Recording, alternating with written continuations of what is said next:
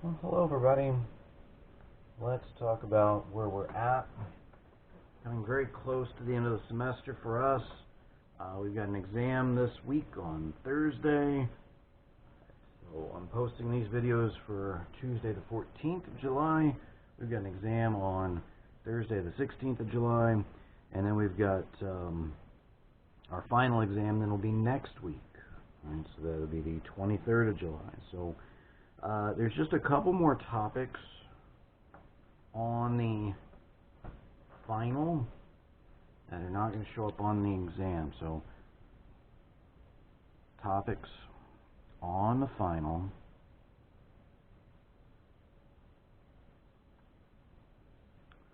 but not on exam 3. Now I've already posted lecture 22. That's a review for exam 3. That's hopefully you've already watched that. This is going to be we're going to talk about probably 4 topics if we have time, but only 2 of them are actually going to show up on the final. Let's write that a little more clearly. There's only 2 topics that are going to show up on the final, but not on exam 3. One of those is isentropic efficiency. Right? That's what we're going to talk about right now. Isentropic efficiency. That is section 7.5, so it's kind of towards the end of chapter 7. So not all of chapter 7 is going to show up on exam 3, but quite a bit of it, right? Definitely those first 4 sections of chapter 7 can all show up on exam 3. Isentropic efficiency does not. That could show up on the final. Well, it will plan for it to show up on the final. The second topic is what we call the Otto cycle. So we will talk about the Otto cycle a little bit on, I will post a few lectures on Thursday about the Otto cycle. Watch those over the weekend so you can kind of get started on that. And then I will post more lectures on next Tuesday, a week from today, about the Otto cycle and chapter 9. Right? So the Otto cycle shows up in chapter 9. Right? Additional topics.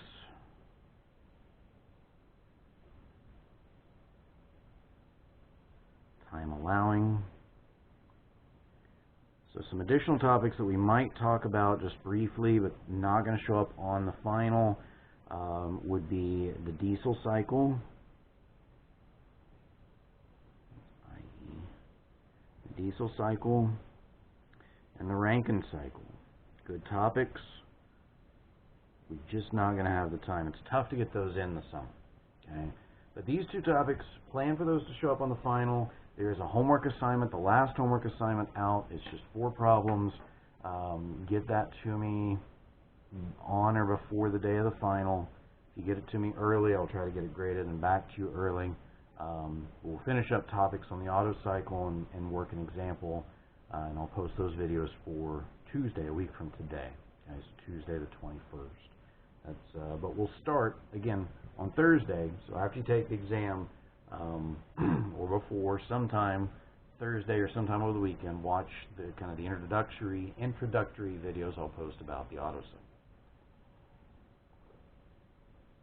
Okay, so that's where we're at in the last, basically, 2 weeks of this class in the summer semester. So that's the last month in a regular 16-week semester, but it's only 2 weeks because it's summer and we're going twice as fast. So again, as mentioned, last topic, let me make sure I'm not getting the glare there. Okay. Last topic out of chapter 7 that we'll talk about and can show up on the final is this idea of isentropic efficiency. The isentropic efficiency is a measure of the deviation of an actual process from the corresponding ideal cycle. Right? What is the corresponding ideal cycle? That's for the reversible cycle. That's the reversible adiabatic, therefore isentropic cycle. Okay, so if we look at a turbine, efficiency, of course, efficiency is always this idea of output over input, or at least your text really likes that concept, and most of the time that gets us there. That works definitely for a turbine. A turbine is a device that we want the output. So it makes sense for the quantity we want to be the numerator. We expect the output of an actual turbine to be less than what it could be. Well, so output over input is close. It's really more about what is the actual turbine that we have in front of us, what is the amount of work that it's producing, divided by the denominator would be what we expect to be the larger quantity. We expect the larger quantity to be the isentropic turbine, the best case scenario turbine, the one that is not losing heat and is not generating entropy. And that would be an isentropic turbine. No heat transfer, no entropy generation. That typically comes down to a change in enthalpy. There could be a kinetic energy change there. We've seen that a few times. Again, talking about isentropic efficiency. Now, if we look at a turbine,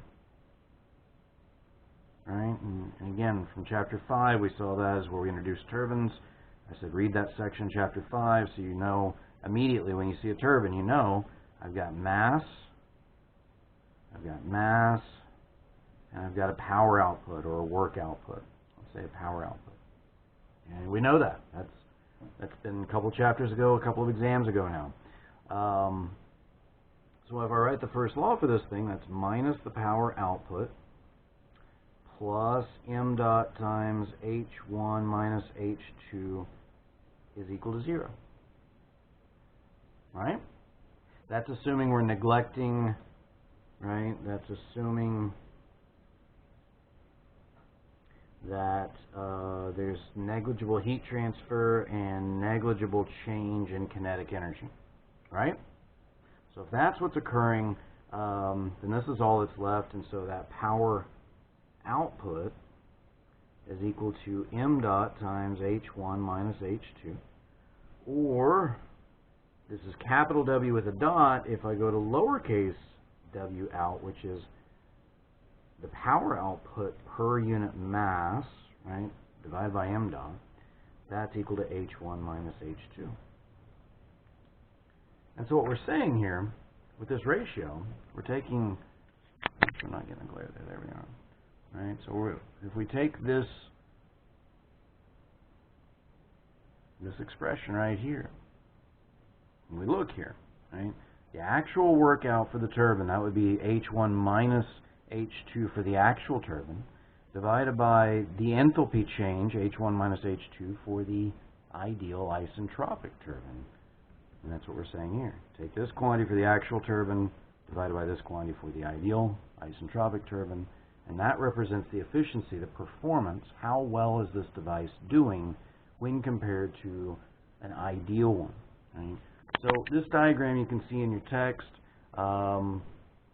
This is an H enthalpy versus S entropy on the x-axis, enthalpy on the y-axis. And what they're showing here is to go from the same inlet pressure for both turbines to the same exit pressure for both turbines. Right?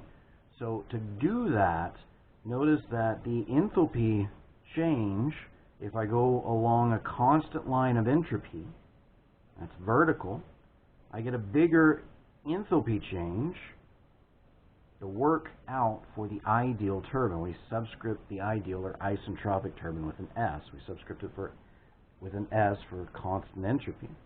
We subscript the actual turbine with an A for the actual turbine, right? And so the actual turbine is going to generate some entropy. So to get from this pressure to this pressure, it's going to increase the enthalpy, increase the entropy, because it's going to generate some entropy. So it's going to go out here to a higher entropy at state 2, actual. And so because it comes up, because this line of pressure comes up to get to the same exit pressure, it doesn't go quite as far along the enthalpy change. So I've got a smaller enthalpy change for the actual turbine compared to the ideal isentropic turbine. Right? And again, that's why we set up the efficiency this way. We expect the actual turbine to generate less work out than an ideal isentropic one. Okay. We can do something very similar with compressors. All right, for compressors, again, the efficiency, output over input's pretty good, but sometimes it's really more like ideal over actual, or you know, especially when we're dealing with devices that require an input. You want that minimum input. You want the device that requires the least amount of input. And compressors are a device that requires input. So the ideal isentropic compressor is going to be the one that consumes the least amount of work to achieve the same results. So in this case, for the compressor, the isentropic quantity is going to be the numerator. That's the smaller quantity. Again, the ideal compressor is going to consume the minimum power input. The actual work in, or actual power input for any actual compressor, it's going to consume more power than the ideal one does. So that's going to be our denominator quantity. Okay? And again, just like with the turbine, because again, a compressor is essentially the reverse of a turbine. You've got mass going in, it gets squeezed down and comes out, and you're putting work in. Assuming negligible heat, negligible kinetic energy change, you're going to end up with almost the exact same thing, that the work in is going to be the enthalpy change. You're just going to have a sign flip because it's going to be positive work in. So you have a sign flip there, and you're going to have H2 minus H1. Again, the enthalpy change. Really, that's what you're after in a compressor, is to change the enthalpy, to increase the enthalpy. And again, if we look at this graphically, the commonality between the actual and isentropic is going to be the exit pressure. And again, the isentropic compressor is going to go straight up vertically along this line of constant entropy. The actual compressor is going to generate some entropy. So to get out here to the same exit pressure, it's going to have to generate or increase the entropy to get out there, meaning this change in enthalpy for the actual compressor is larger than the ideal isentropic one. Okay. All right. Some examples here. I've got an example. It's from another textbook. I don't have the textbook. It's in my office at school, so I don't have it in front of me. But I do have all the information to solve it. Here we go. All right. So set my notes over here. So the problem statement would say we've got a turbine operating with, a steady flow. We've got steam flowing through it, which again, that just tells us that it's water. It's a turbine.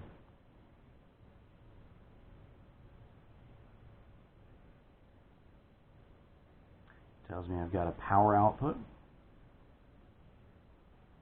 I've got mass coming in, I've got mass going out. And so what do they tell me here? They tell me that the inlet conditions for this turbine is 0.5 megapascals, and the inlet temperature is 320 degrees C.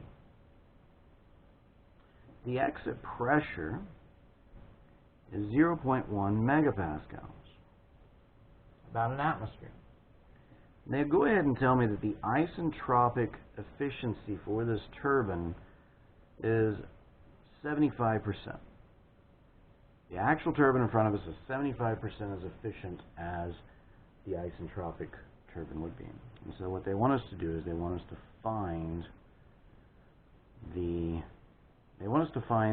little W out, which of course is big W out divided by m dot. So that's what the problem is going to ask for. I'm on the screen, aren't I? Just barely off. I apologize. There we go. So that's what the problem is going to ask for. Now, how do we solve this? Well, we'll pick up on the next video and talk about it.